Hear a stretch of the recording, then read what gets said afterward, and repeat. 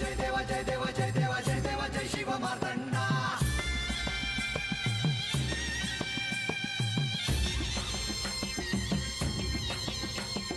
जय देवा जय देवा जय देवा जय देवा जय देवा जय शिव मार्तंडा. हरिवर्धन मल्हारी तुझी प्रचंडा. अगडदुम नगारा सोन्याची जेजुरी देव गेले जेजुरा निळा घोडा. अगडदुम नगारा सोन्याची जेजुरी देव गेले जेजुरा निळा घोडा. पाऊ में तोडा कमरी कर पटा बिहिर मस्तकी तुरा. खोबऱ्याचा कुटका भंडाऱ्याचा भडका बोल अहंकारा सदानंदाचा येळकोट. सदानंदाचा येळकोट. जय देवा जय देवा जय देवा जय देवा जय देवा जय शिव मार्तंडा. जय देवा जय देवा जय देवा जय देवा जय देवा जय शिव मार्तंडा. हरिवर्धन मल्हारी तुझी प्रचंडा. जय देवा जय देवा जय देवा जय देवा जय देवा जय शिव मार्तंडा. हरिवर्धन मल्हारी तुझी प्रचंडा. लक्ष्मी देवी, आम्ही चंदनपुरीला चाललो आहोत. आम्ही परत येईपर्यंत तुम्ही सगळ्यांची काळजी घ्या. तुम्ही निश्चिंत राहा. येते मी.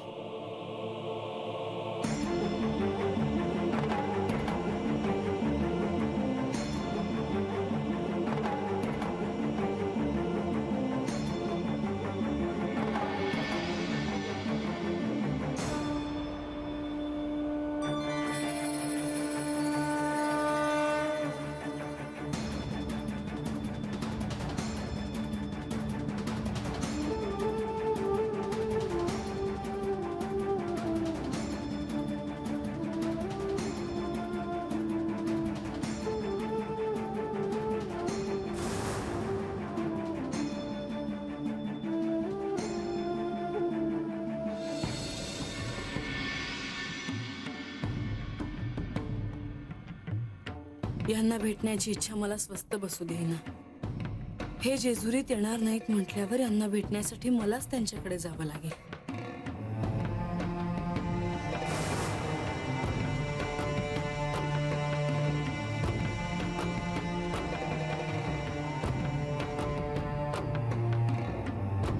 नारद मुनीने सांगितल्याप्रमाणे आता मी चंदनपुरीला जाऊन त्यांना भेटून त्यांना घेऊन जेजुरीला परत येईन. म्हणजे मला हे सोडून कुठेच जाणार नाही.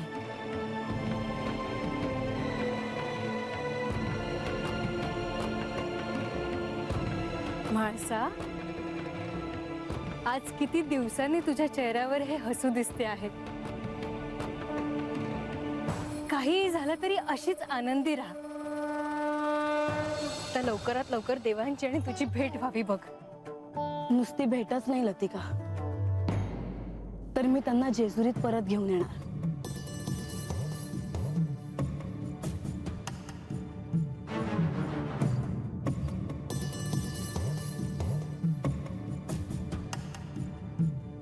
म्हाळसा, ते बघ जेजुरीकडे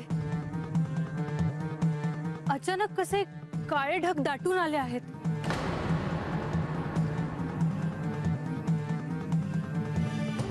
आपण जेजुरीत नसताना कोणते संकट जेजुरीवर येऊ नये म्हणजे झालं.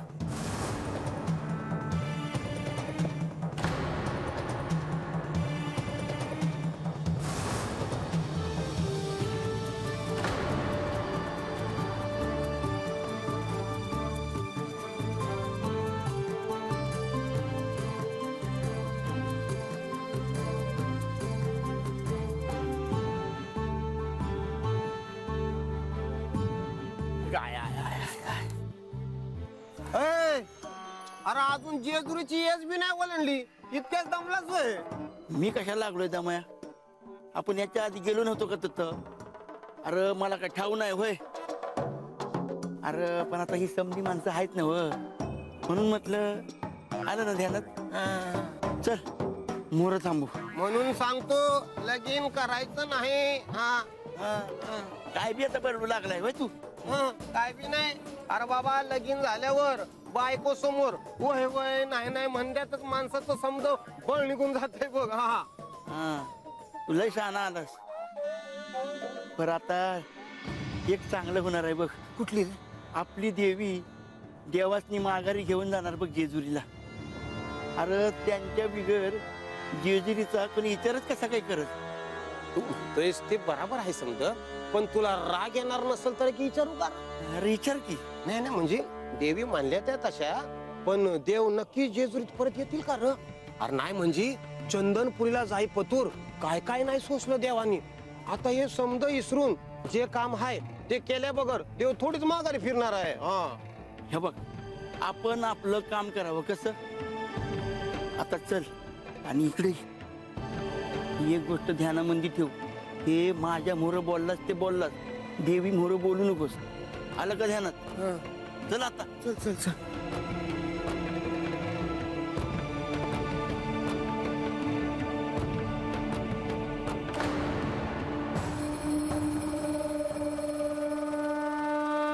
लक्ष्मी देवी, लक्ष्मी देवी. श्री गणेश तुम्ही या ना.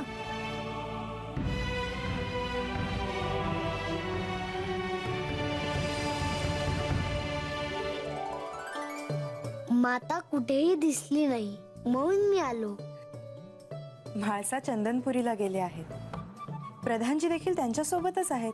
पण मातेने मला सांगितलंच नाही.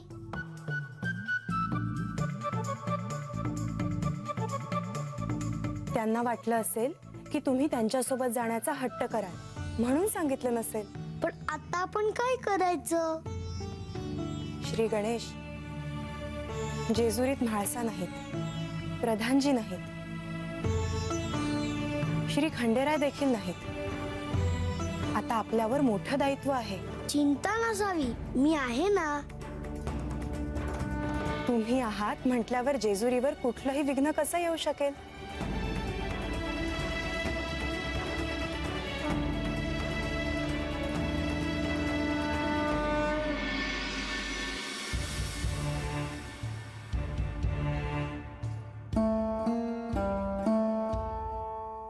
आपण का थांबलो आहोत?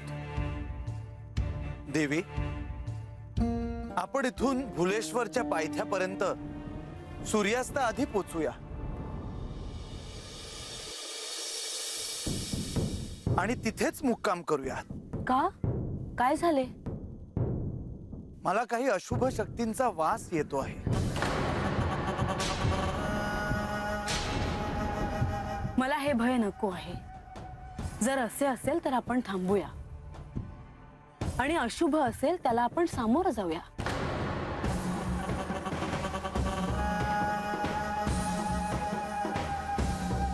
देवी, जर चंदनपुरीचा प्रवास निर्विघ्न पार पाडायचा असेल तर आपण आलो आहोत याचा गवगवा व्हायला नको. बरं, पण आपण न थांबता हे अंतर लवकर कापूया. होय देवी.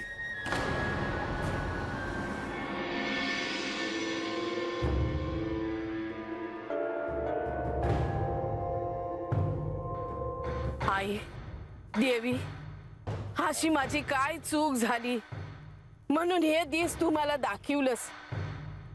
तुला नारळ व्हायला चोळी दिली, साडी दिली, अजून काय देऊ म्हणजे माझ्या रंग्याचं लगीन होईल.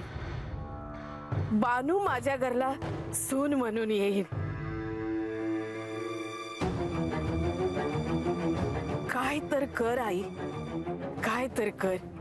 देवी काय बी करणार नाही. देवी कुणाचं बी ऐकणार नाही. विपरीत दिस येणार, वय संकट येणार आहे.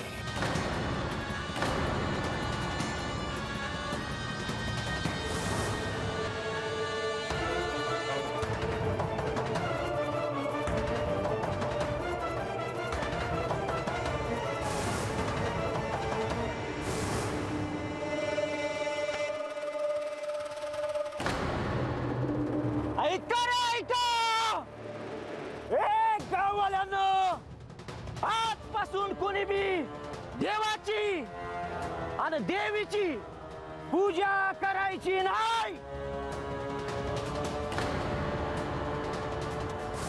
कुणी बी कोणत्या बी प्रकारचा होम हवन करायचं नाही. हे लक्षात ठेवा. आणि जो कोणी बी असं करताना दिसल तर त्याला कडक शिक्षा करण्यात येईल. आणि आजपासून तुमचं देव विद्युन्माळी, तारकाक्ष आणि वीर्यवान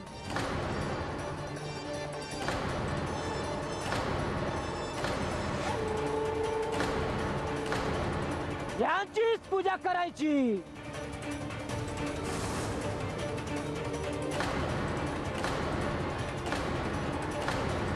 आणि तेच तुमचं राज हाय. झाकून टाका तो देव.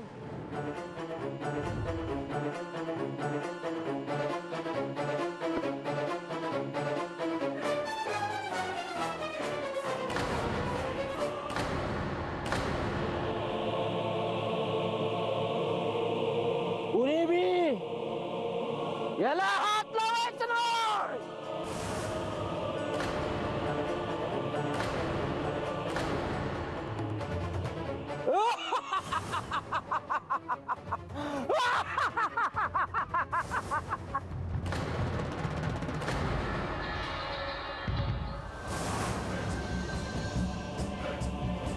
विद्युन्माळी, तारकाक्ष, वीर्यवान.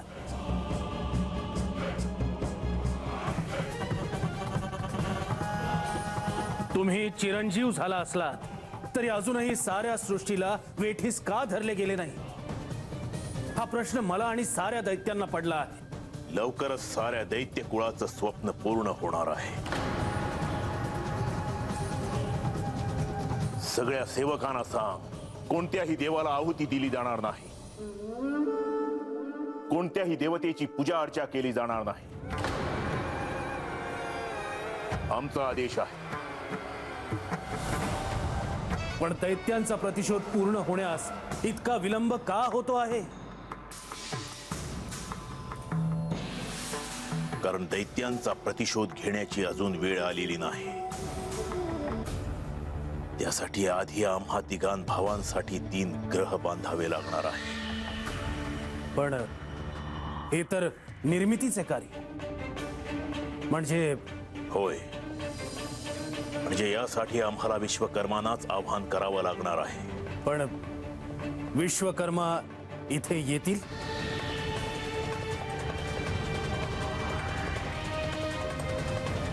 हे विश्वकर्मा, तारकासुराचा पुत्र आपणास प्रकट होण्यास आव्हान करतो आहे.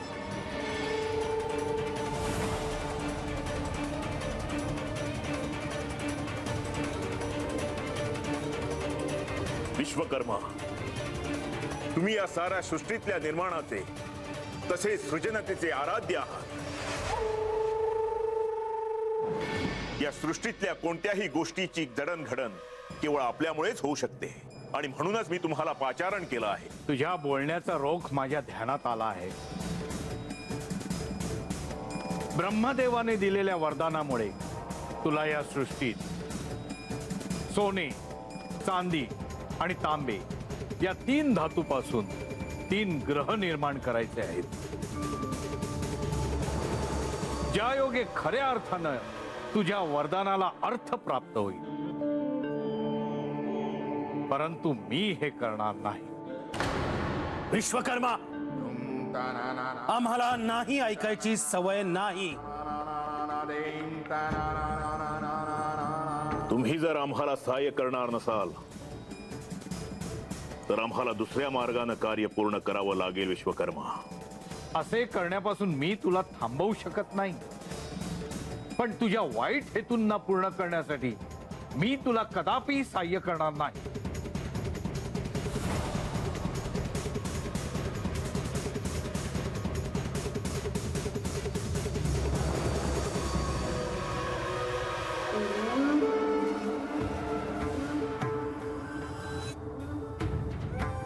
आता जर विश्वकर्मांनीच ग्रह बनवण्यास नकार दिला तर आता हे कार्य कोण पूर्ण करणार?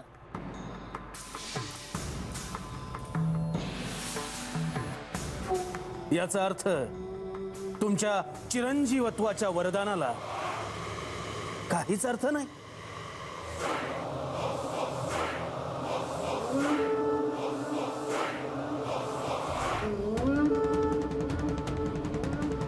नाही कुंभक, मी असं होऊ देणार नाही. इतकी वर्ष मी ज्यासाठी तपश्चर्या केली ती मी वाया जाऊ देणार नाही. आता बघतीलच सगळेजण की हा तारकासुराचा पुत्र काय करतो ते.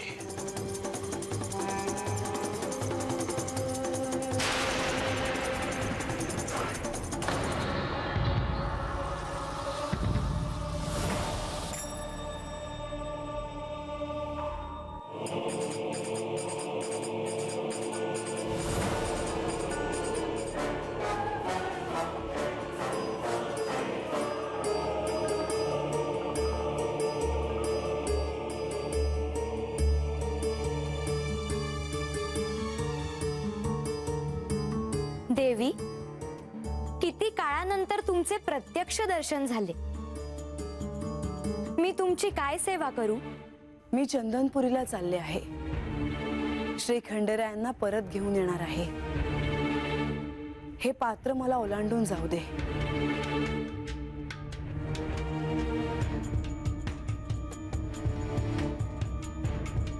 देवी, श्री खंडेराय देखील हे पात्र ओलांडून गेले होते. मी त्यांना अडवण्याचा खूप प्रयत्न केला, पण ते थांबले नाहीत. काय प्रयत्न केलेस? इतके विशाल पात्र आहे तुझे, तू त्यांना का ओलांडू दिलेस? जेजुरीचे राजे आहेत ना ते? जेजुरीचेच काय, पृथ्वीचे ते अधिपती आहेत ना? सर्व शक्तीनिशी तू त्यांना का नाही अडवलंस? क्षमा असावी देवी. श्री खंडेरायांनी या पात्राच्या कडेला लोक पूजा करून माझी आणि त्यांची स्तुती करतील असा आशीर्वाद दिला.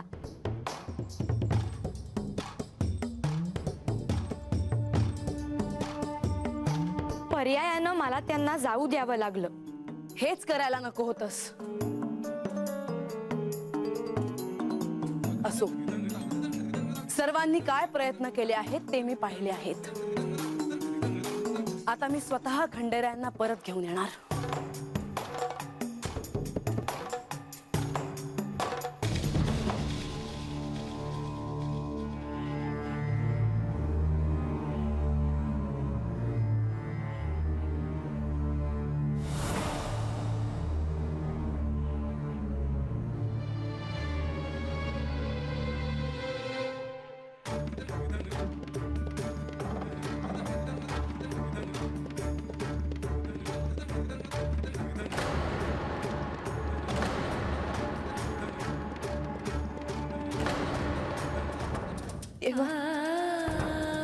काय बी झालं तरी मी आज तुम्हासनी हातनं बाहेर काढणार नाही.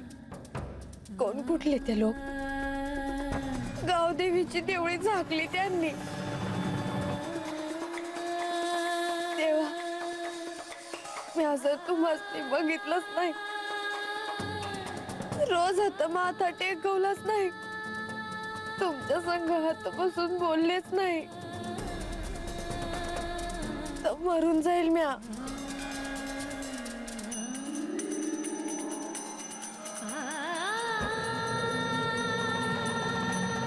बानू, अगं कवा धरणं देवाला धरून बसली आहेस.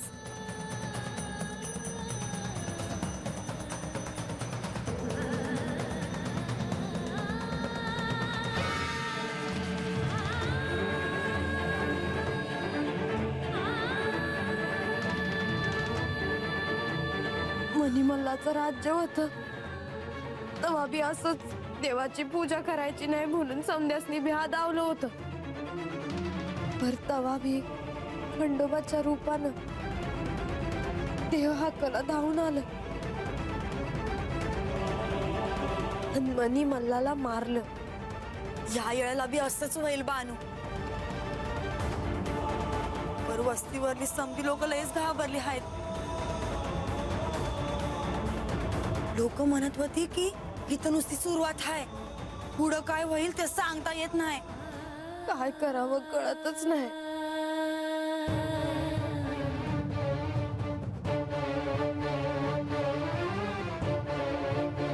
म्हणजे आपणच जेजुरीला गेलो तर